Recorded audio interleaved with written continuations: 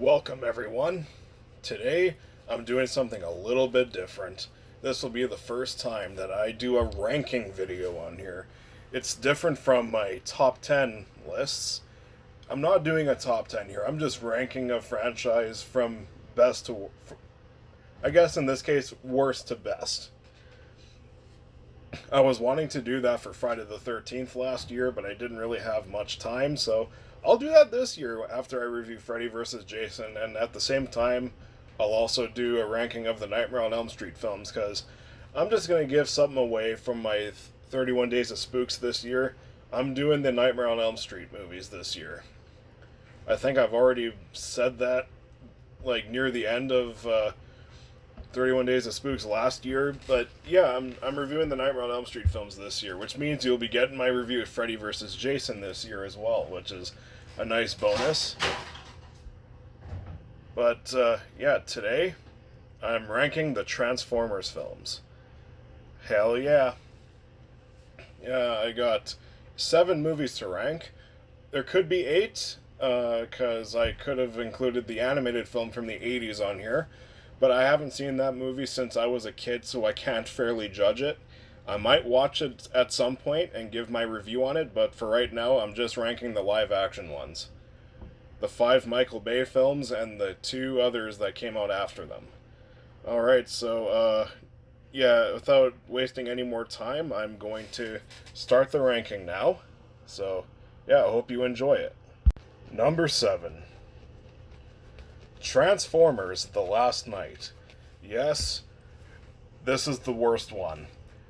For the longest time, I thought Revenge of the Fallen was the worst one, but then I rewatched every single one of these movies in preparation for Rise of the Beasts.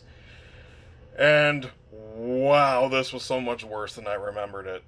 This movie has some of the worst filmmaking I have ever witnessed for a big budget film. It is without a doubt Michael Bay's worst film. It is also just the worst Transformers movie ever fucking made. I was baffled by the filmmaking on display. The constant aspect ratio changes were so distracting. It was every few seconds, no matter what. Whether it was a dialogue scene, sorry, not dialogue, exposition dumps, and or action scenes. No matter what was going on in this film, the aspect ratio kept changing and changing and changing and changing every 5 fucking seconds, if that.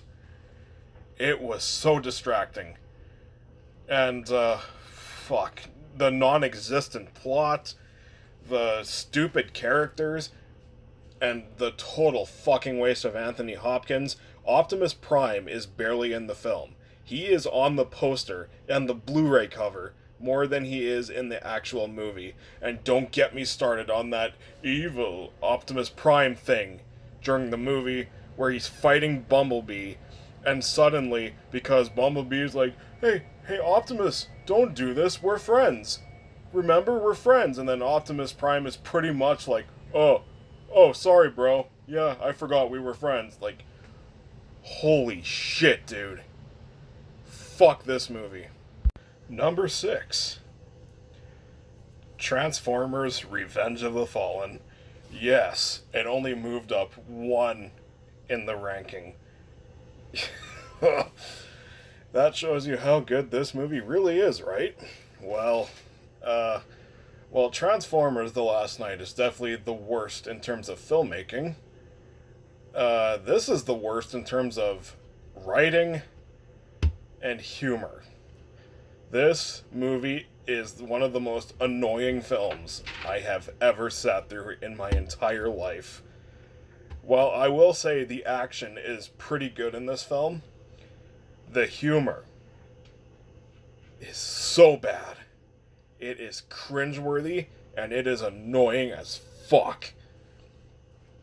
So did you want a Transformers movie where it shows dogs fucking and Transformers testicles and a little Transformer humping Megan Fox's leg? There's a lot of humping in this film. I know that sounds weird for a Transformers movie, but it's true. this is the movie for you. It is one of the most aggravating films ever made, in my opinion. I cannot recommend this film. It is 2.5 hours that you'll never get back. Unless you like cringe humor, then you'll probably love this film. It is also Shia LaBeouf, Sam Witwicky, at his worst. This is the most annoying he's ever been, and also this is the most annoying his parents have ever been in these films. Uh, you will laugh. This is the only time this movie has ever made me laugh. Was those stupid fucking seizure moments that Shia LaBeouf has in this film when having that sliver of the cube from the first film. It is so bad that it is hilarious. That is the only thing about this movie that made me laugh. Other than that, avoid this like the plague. Number 5. Transformers: Age of Extinction. Yes, this movie is better than The Last Knight and Revenge of the Fallen. Some people would disagree with me on that, but hey, it's my own opinion. This movie is better than both of those. It's not a great film, but unlike those two, there are more than a few moments I actually like in this film. TJ Miller was actually kind of funny in this film. This movie made me laugh way more often than Revenge of the Fallen did. This movie was nowhere near as annoying as that. Also, Mark Wahlberg as Cade Yeager is a much better character than Sam Witwicky. I said it, he is much better. He's not just screaming around for Optimus and B and running the entire time. He actually joins the fight, which at the time when I first saw this movie, that felt like a breath of fresh air. I will say, the humor, besides some of the stuff between Mark Wahlberg and TJ Miller, there's a lot of humor that is really fucking bad in this film. And also, for some reason, this movie really, really tries to make you want Bud Light. Yes, this is before the Dylan Mulvaney shit. And honestly, Bud Light is always shitty beer anyways. I don't know why people are so upset over that. I mean, I guess some people like Bud Light, but I digress. I'm not talking about Bud Light and current political topics. I'm talking about Transformers, and Bud Light is relevant in this film. Yeah, just the actions. The action for the most part is good. Some of this and The Last Knight are the only points where I'm like, sometimes the CGI did kind of get sloppy. I mean, it's better than some of the MCU stuff we've gotten recently, that's for sure, but there are some points where the CGI is kind of iffy. But overall, I think it's fine. It's way too long. This movie did not need to be 3 fucking hours. But yeah, it's not the worst Transformers film, and it's not the best either. It's just mid, in my opinion. Number 4. Transformers: Rise of the Beasts. Yes, this is the most recent one. And I enjoyed this film. I actually legitimately enjoy it. It's only at number 4 because I feel like I do like the other three the other three that I'm going to be listing off after this more. But who knows? It could move up after a few more rewatches. You never know. But as of right now, Rise of the Beast is at number 4. I actually legitimately enjoyed the human characters. This is the second best in terms of human characters. I actually cared about the characters in this film. And yes, the Autobots are as awesome as ever, and the Maximals were good too. Even though I forgot to mention this when I was talking about Age of Extinction. It's almost in a similar situation as Age of Extinction with the Dinobots. Because I forgot to mention that there's barely any Dinobots in Age of Extinction, and when that movie came out, they were really, really marketing that movie with the Dinobots.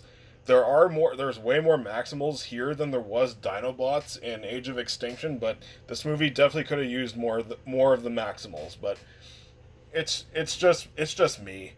But yeah, this movie has some of the best action in the entire franchise. I will say Optimus Prime, like I said in my review of this film, that Optimus Prime is kind of a dick in this movie.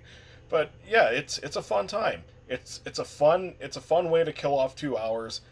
I enjoy this film. It's a lot of fun. Number 3. The first Transformers. Yep. This is my number 3. This is. I actually think this is a really good Transformers film. Uh, I will say, yeah, the characters are actually fine. This is like Sam Witwicky. I thought he was a fine character in this one. He's a lot better here than he was in Revenge of the Fallen. Sam's parents were not annoying, in this one, anyways. And also, this movie actually is kind of funny. Yes, this movie actually does make me laugh. Like, genuinely, not. I'm not laughing at it. Um, I loved Bernie Mac is in this movie for like a few seconds, and he delivers the funniest scene in the entire movie. And also, there's these characters that one of the other characters interacts with every once in a while. Like the part where he yells "Shut up, Grandma." That part makes me laugh so hard every fucking time I hear it. Or like, don't talk to me, criminal." This movie has some memorable lines. I really like this film, and also the action's really good. The whole final battle, that was epic as fuck. I loved that. There's the whole desert scene with the military and this one Decepticon. That shit was awesome. This movie has some awesome action. And for a movie that came out in 2007, the CGI in this film has aged like fine wine. This movie holds up beautifully in terms of special effects. I cannot praise this movie enough in terms of like action and the visuals and stuff like that. This movie's really fun. I actually recommend this film. It's so good. It's such a blast. Number 2. Transformers: Dark of the Moon. Yes, this is my favorite of the Michael Bay films. This movie has the best plot out of all of them, and also it has the best villain. Sentinel Prime, I thought was a really good villain. He actually has motivation. He's actually intimidating. He's a good villain, and he actually really fucks shit up. It is really cool. Um, Now, this movie does have some issues, like all of these movies do. Except, I mean, nothing huge in the next one I'm about to talk about, but um, in terms of actual quality, this is the best. Um, it is a little slow at first, but once Sentinel Prime is introduced, this movie really picks up, and it is fucking awesome from then on. This movie has the best final battle in all of the Transformers films. It goes on for a long time too, so I will not argue with you if you say that you got exhausted by the final battle in this film, because it is lengthy. But yeah, this movie has some great effects. The action is fucking amazing. And yeah, the Sam Witwicky is a lot better here than he was in Revenge of the Fallen, like he was in the first film. And Sam's parents weren't annoying. You don't really get a whole lot of them anyway, so yeah, this is the least amount of screen time his parents have in this entire franchise, which after Revenge of the Fallen, that was so welcomed. And yeah, this movie is just the plot was actually interesting, and I love the action. And this movie moves at a good pace. The only issue is that yes, like in typical Transformers fashion, not all of the humor works that great, and also this movie does kind of end pretty abruptly. But this is the most fun out of the Michael Bay ones for sure. I very much enjoy this film, especially for the action and the visuals. It is great. I recommend it. And the honor of number 1 goes to Bumblebee. Yep, this is easily the best of the live action Transformers films. Not only does it have, without a doubt, the best action in this franchise, it has the best opening scene in the franchise. It also has likable characters, just like Rise of the Beast did.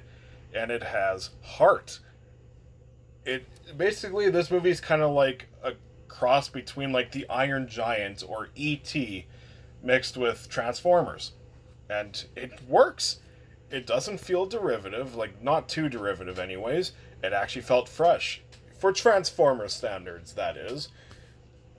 And yeah, I liked the characters. I thought John Cena was a lot of fun in the film. Haley Steinfeld was a great lead.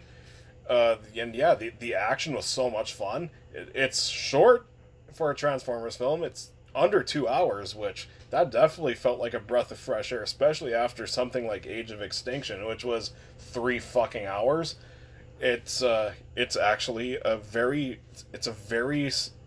fast paced, quick sit with some very enjoyable action and equally enjoyable characters, and it has heart. It's a great watch for the family. Like, say if you want to have a family movie night, put on Bumblebee. It's a great choice. It's a good film, especially good for G1 Transformers fans, because yeah, that opening scene, it felt just like the show, from what I remember, anyways. And the designs were just like the original show as well. That was really cool, in my opinion. Overall, Bumblebee is a phenomenal Transformers film, and I say every Transformers fan out there should definitely check this one out if they haven't already.